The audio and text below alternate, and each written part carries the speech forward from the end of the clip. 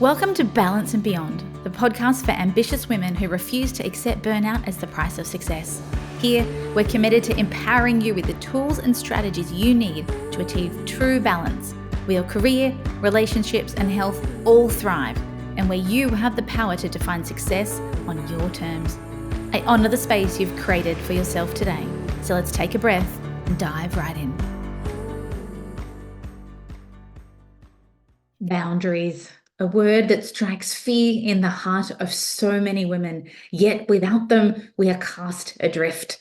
On today's episode, I'm going to be debunking the 5 biggest myths about boundaries, which are so important to you avoiding burnout and actually finding the balance and fulfillment that you're looking for in life. Before we begin, I want to make sure that if boundaries is something that you struggle with, and this means saying no, fear of being selfish, everything we're going to cover today, then I want to make sure that you register for our free 2-part series. It's called the Boundaries Blueprint. And this is going to be a chance for you over 2 days to get an amazing amount of information on what boundaries are, how you build them, how you hold them, what stops you, all your sabotage programs.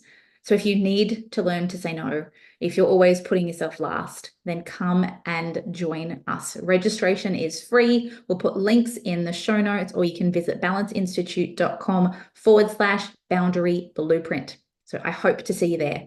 Now, let's talk about these 5 biggest myths. First and foremost, one of the main reasons that women struggle to hold boundaries is because they worry that a boundary is selfish. Well, that means I'm putting my own needs first. That means that I'm being selfish, and a good woman or a good mother puts everybody else ahead of them because that might have been the model that you've been taught. That is absolute BS, and it's a lie. Boundaries are not selfish. Boundaries, in fact, allow you to be the best version of yourself. I wonder if this is something that resonates, if you do worry about being selfish, and if you were to say no to someone or you worry about letting them down.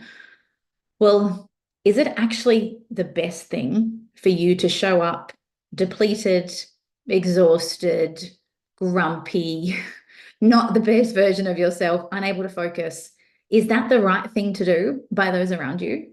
Or do they deserve to have someone who is energized and topped up and focused and present? Which of those options do you think is best for your team, for your family, for your friends? Not the depleted one, right? And so this is why boundaries are so important for you to be able to show up as your best self. But if you are ever going to be able to implement boundaries, you really need to ditch this word selfish and ditch this fear. Now, I know being selfish, it runs very, very deep. I did an entire episode on the curse of being selfish because it afflicts so many women. We hear it all the time here. However, I want you to recognize that this is something that has to go from your vocabulary if you're ever going to hold a boundary. Next up, let's talk about this wonderful word or phrase, I should say, that we often expect ourselves to do. And that is, well, I should be able to do it all. I should be able to say yes to everything. I'm fiercely independent. I can do whatever I want. Well, we say hello, probably late 70s, 80s, and maybe even early 90s babies. We were brought up to believe that we could do it all. We could be prime minister or a president. We could go to the moon. We could do whatever we wanted. And so in many women's minds, if you have to say no to something, that almost is akin to failure. Because I should be able to do everything. I should be able to work and have a big job, and I should be able to be a mum who bakes cupcakes, and I should be able to, have a body that looks like this, and I should be able to have a house that looks like this, and I should. So much shoulding, so much shoulding. And this is what holds us back. We are amongst the first generation at scale of women who have completely flipped the paradigm, where we now are trying to have a career on the level of women previously who never had children or many outside commitments. And we have completely different expectations of parenting. My parents never played with me. They drove me around to places, but I was told to shove off and read or go play by yourself. I was an only child. I wasn't allowed to watch TV. Just disappear. Get out of my space. So we were raised in a completely different way, and yet we've put such different expectations on ourselves as to how we have to parent, about how we have to show up, about this front that we have to be able to somehow manage and do it seamlessly and effortlessly and like it's not hard. But I call BS on all of that, because really what that turns into is toxic independence. And toxic independence is I should be able to do it all, can't ask for help, won't ask for help. Even if you ask for help by some chance, often then you can't even receive it. Or if you receive the help, you now believe you owe someone. And so you will then take the help, but then double down on overgiving to somebody else because they helped you. Any of this resonating? Because we see this all the time. So if you have any connection between boundaries and failure, that is something for you to go and look at. You shouldn't be able to do it all. You are not a robot. You are not superhuman, despite what you might like to think. And just because you might even want to do it all, I would question how much of your, let's call them desires or drive to do it all, is truly coming from a place of wanting and desire. Because most women I talk to, when they really pull the curtain back and they get connected to their intuition, when they get connected to themselves, to what they want, they don't want to be doing half the stuff they're doing. It's parts of their role that they don't want to be doing, but they're doing it because they think they should. There's things on the weekend that they don't really want to be doing, but they're doing it because they think they should. So much of their behavior is all being driven by ultimately fear. And once you can learn to recognize that fear and go, you know what, I'm actually going to put up a boundary here because this is what I need right now. And it's okay for me to do that because a boundary isn't selfish. So you see how all of these boundaries stack together. And when combined, you understand these 5 myths, hopefully some light bulbs are going to go off for you as to maybe why it's so difficult for you to set them and hold them. So boundaries are not selfish, and you should not be able to do it all. And in fact, you shouldn't even want to do it all. You need to decide what matters to you and put your time, energy, and attention there, because that's where the greatest returns are. Next up, a common fear that we hold, or a myth about boundaries, is that if I hold a boundary, if I say no, if I tell someone I can't do that, if I speak up, then I'm going to be seen as a bitch. I'm going to be seen as rude, and perhaps you're not going to be seen as committed, particularly in a workplace context. For many of us early on in our careers, we were the type of high achievers who said yes to everything, yes to that project, yes to that opportunity. And that was great because we learnt so much that way, which was amazing. It's how we got a lot of opportunity. Great. However, you are not 22 anymore. You do not need to be seen as this workhorse who does everything and anything. Right back to the previous myth about I should be able to do it all. When you have this self-worth attached to your output, being a workhorse or a get shit done person, when those two things are combined, then setting a boundary, saying no to something feels impossible, because it's almost like your inner sense of self-worth and value is then going to be challenged. Because if you're saying no to helping out at the whatever thing at the school fete, oh, but if I'm not helping, who am I? I'm a helpful person. They're going to think I'm rude. They're going to think that I'm stuck up. They're going to think that I'm too good for them. No, maybe they're just going to think that you've got your priorities right in this instance, because you're probably the person that volunteers for everything. And so you are not going to be perceived as a bitch. And there is an art form in holding a boundary. If somebody says, hey, can you help drop off my kid? No, I'm too busy for you. Well, yeah, you're going to be perceived as rude. However, if you learn to say no in a tactful way, if you learn to say no still in a direct way, I'm not suggesting you pussyfoot around the word and sound non-committal and really hope that they retract the offer because you don't want to have to say no. None of that works. That's you attempting to not be seen as a bitch. In fact, it just makes you waffly and fluffy and people don't know where they stand with you. So your opportunity is to learn proper strategies and techniques that allow you to do this. And as an example, in my coaching programs, we teach people 5 ways to say no with 35 scripts. So we give you real solid information about how to do this tactfully, respectfully, in a way that you can actually tell people no, and they respect you more for it, almost thank you for saying no. So it's a really important myth and a belief ultimately that you need to let go of, that saying no and setting boundaries actually makes you a powerhouse. It makes you an example of someone who knows what she wants and isn't prepared to sacrifice that for others, which doesn't make you selfish. So we keep going round and round with all of these together.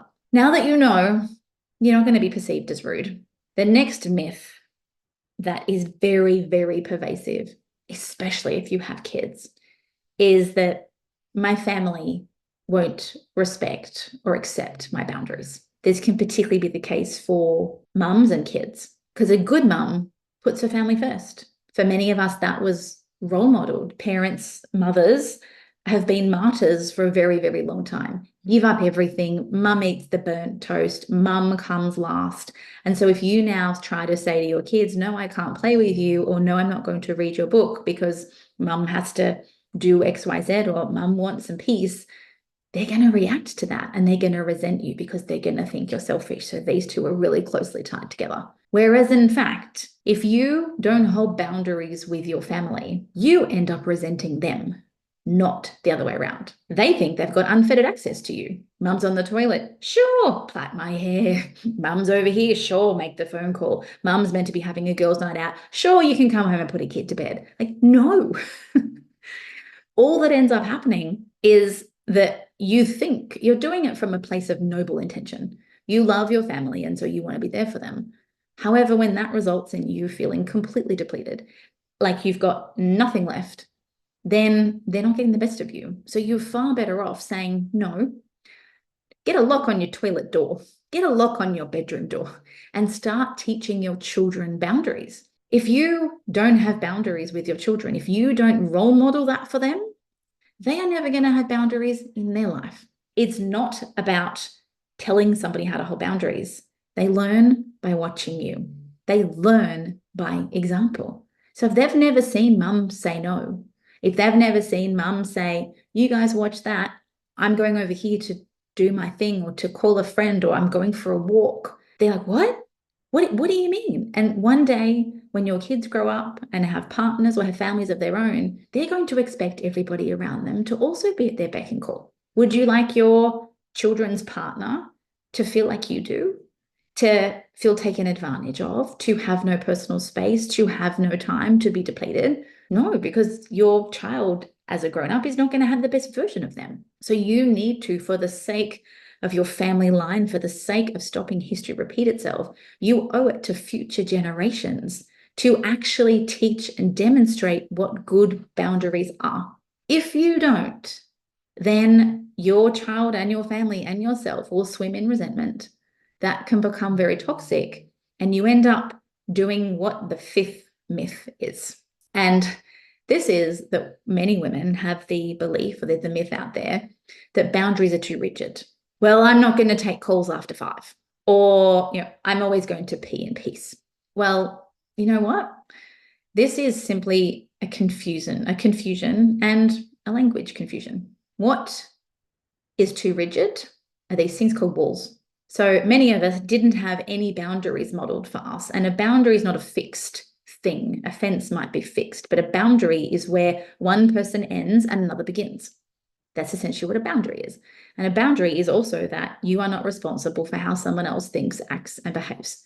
So this is where boundaries become so important, because they are flexible depending on the circumstances. So sure, ordinarily, you might not take calls after 6. However, your company's just announced a massive restructure and you've got 3 team members who are really distraught. Well, maybe on this occasion, you will breach that. You will decide that I'm willing to flex this boundary, but it goes back up tomorrow. A wall is, I am never taking another call again. And often people smack into that. So what has often been modeled for us is either no boundaries, where they're completely collapsed And then the person feels stomped on, stomped on, stomped on because there's no flex. They give. And eventually they're like, F it, up goes the wall. And that becomes impenetrable. And that keeps people out. And it can seem easier to put up walls because then you have blanket rules. I mean, I've worked with people who have this blanket arbitrary rule, I will not respond after 6. I'm like, okay, I get it. I completely get you want to switch off. But maybe twice a year, there's a crisis, a real one, not a fake one. And I might need you.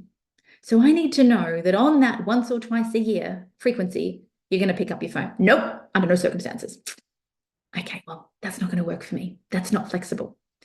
So there is an onus on you as an individual to learn to flex, to learn to adapt to your environment, but not collapse and not tip into walls. Walls are a protective mechanism, and believe it or not, even though it might not feel that way when you haven't learned how to hold boundaries, a boundary takes far less energy to maintain.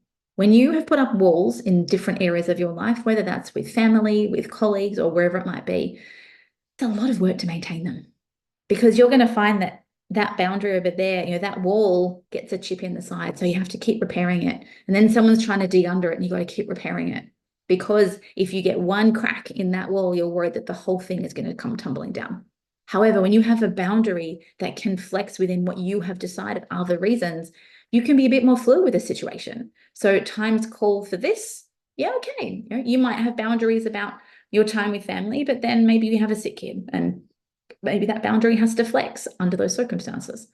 That's okay. That's far easier to manage and to maintain and to conserve your energy than collapsing and being resentful or holding up walls and spending a lifetime trying to maintain the darn thing. So hopefully now you can see perhaps why it is really tricky for you to hold and maintain boundaries. And you are not alone. Boundaries is a topic that many, many women struggle with. It's something we're talking a lot about at the moment because in an era of busier work, in an era of higher volumes, less resources, more to be done, if you don't have boundaries, you will burn out faster. And I mentioned we're holding this workshop in a few weeks. I mentioned we're holding this workshop on the 17th of September. And even if you are listening to this after that date, the replay will be instantly available. So make sure you visit the link below if you want to come and register. We're going to be sharing how a lack of boundaries is a direct contributor to burnout, particularly for high achieving women. So it is crucial for your future career. It is crucial for your future joy, your balance, your health, your relationships, that you will learn how to build and hold boundaries as a core pillar of your mental health, your energy, and your ultimate well-being. Without it, you will burn out. But first, before you even learn about what boundaries are, you really need to understand why it's so important that we bust some of these myths, that you let go of some of these beliefs, that boundaries are not selfish. You do not need to be able to do it all, and a boundary does not represent failure. If you set boundaries, you will not be perceived as a bitch or rude, and people will not think that you are committed. That's the need to let go of your workhorse mentality. Your family or friends or colleagues will not resent you if you hold up a boundary. A good mum does not always put her family first. And you don't have to put up walls. You can learn how to flex. You can learn how not to self-sabotage or collapse what really matters to you. I promise, learn these skills, really embed and, let me say that last bit again, really embed and embody this knowledge that once you shift your beliefs, now any further teachings you get on boundaries, like what we're going to provide in the workshop, are actually going to land. Because while these myths, these beliefs are still here, everything I teach you on boundaries, you'll be like, no, I can't, they're selfish. No, I should better do it all. I'm not going to say no because what does that mean about me? Until these beliefs go away, then nothing is going to work. So I would love for you to pick the myth here that is the most alive in you and really do some work on shifting it, moving it, and let's get you on the other side. Have a wonderful rest of day, and I look forward to seeing you on the 17th of September at the Boundaries Blueprint. Thanks for joining us today on the Balance and Beyond podcast. We're so glad you carved out this time for yourself. If you enjoyed this episode, please share it with a friend who might need to hear this today. And if you're feeling extra generous, leaving us a review on your podcast platform of choice would mean the world to us. Thanks again for tuning in, and we'll see you next time on the Balance and Beyond podcast.